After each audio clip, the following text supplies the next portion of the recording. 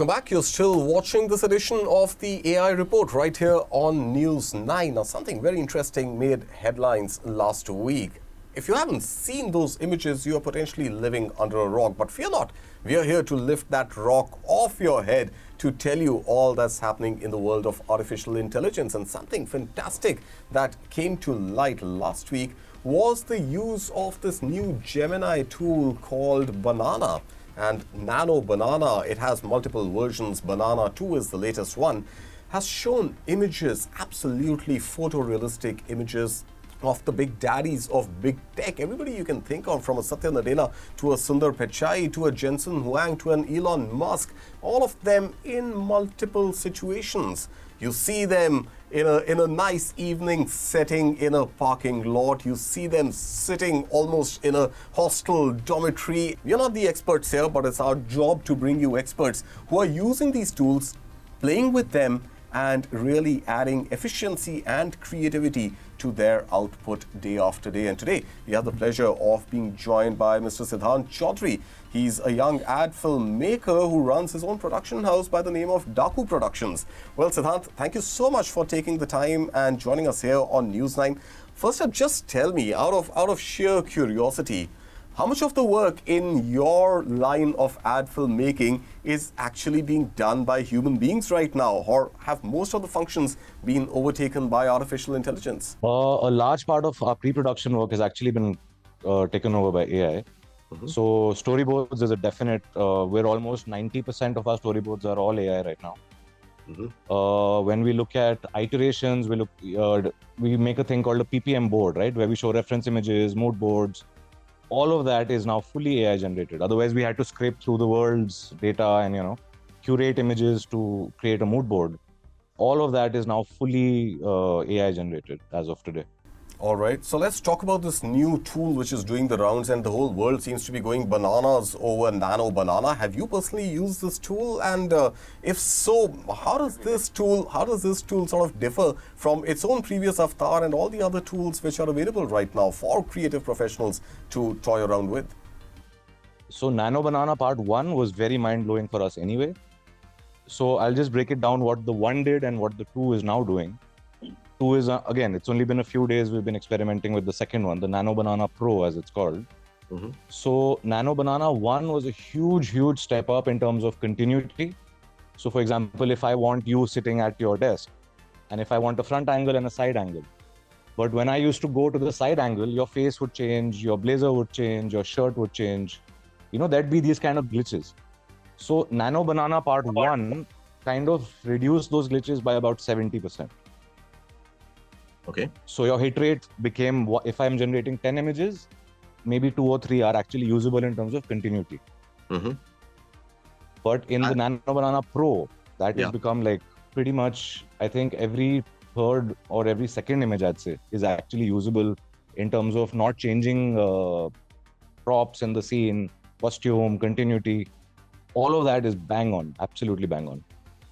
All right, so a lot of continuity advantages coming, not changing color of clothes and not changing props as you move from one angle to another. But is this still largely a tool which is being used only for storyboarding purposes? Or is there also an advantage that you get eventually, because videos using this tool or other tools can also be animated to look photorealistic? So are we moving towards a scenario where shoot would also be done away with? You said pre-production has been taken care of, but would production, the real lighting and shooting, also get replaced by AI? So Nano Banana Pro is not a video tool. It's a still tool for still images. Although Google has a beautiful video generating suite called the VO. So VO is now at its 3.1 iteration, which is a whole other conversation. But I think coming back to your first question of Nano Banana Pro, think of it as Photoshop, Illustrator, Corel Draw, all of them into one package. So it's not just a generation tool, it's also an editing tool. It is also a retouching tool, so it's so many softwares all enrolled into one package. So we look at it from that point of view. It's not just an image generator for us. All right, not just an image generator, but can do a lot that other tools would do. But Are there specific skill sets required to work with these tools, or do you think anybody who has an idea, and you're pretty much in the world of AI limited just by your imagination, so anybody with an idea and with a little bit of fine tuning of the prompts that go in can generate professional stuff which otherwise people with a great degree of skill could originally produce?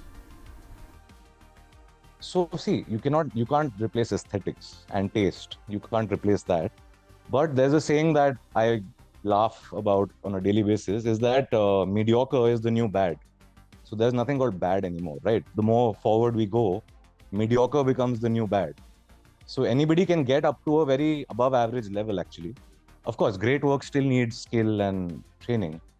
But I think an above average work is very, very possible from just a layman, actually.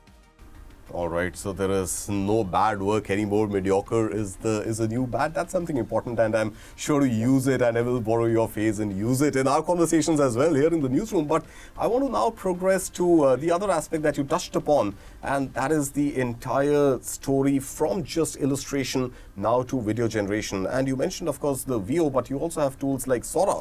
Now, how relevant are those tools in the world of ad filmmaking and going forward, even for creating feature-length films? Because OpenAI, Sam Altman, in fact, said that in Jan there's going to be a full-length feature film which would have been generated only using AI. So, how long before we actually see films being produced at scale, films being produced, keeping in mind what are the scripts which are likely to work using, again, machine learning and creating hits after hits with hardly any cost?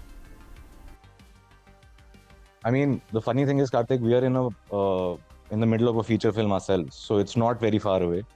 Okay. You're looking at things releasing, I think one released last month itself.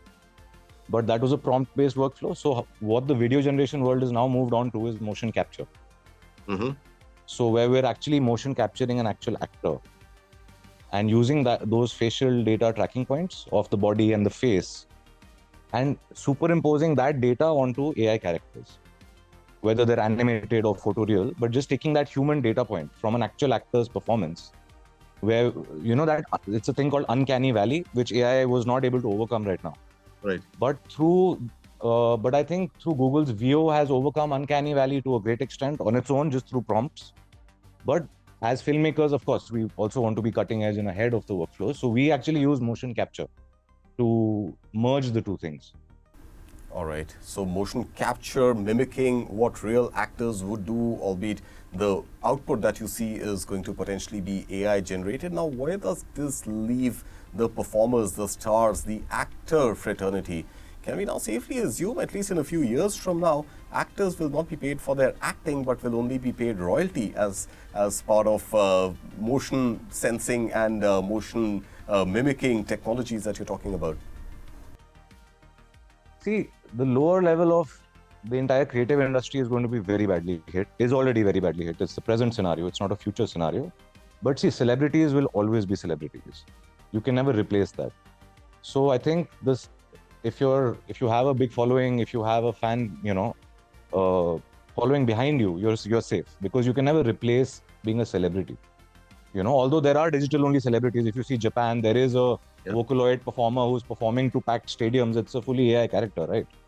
So that will be a parallel industry, but I think human celebrities cannot be replaced because the human need for connection cannot go away. But yes, the lower level of the creative industry will definitely start evaporating and has already started.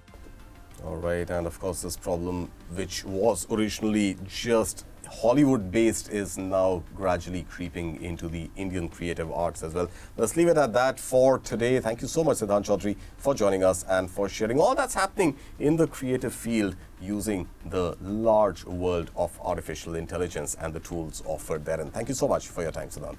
And with that, we will slip into another short break, but staying with films, well, if you are somebody who follows the Avengers series, well, what was meant to be fictional content could soon become absolutely real in the context of AI. We'll tell you all about that in the next segment. You're watching the AI Report.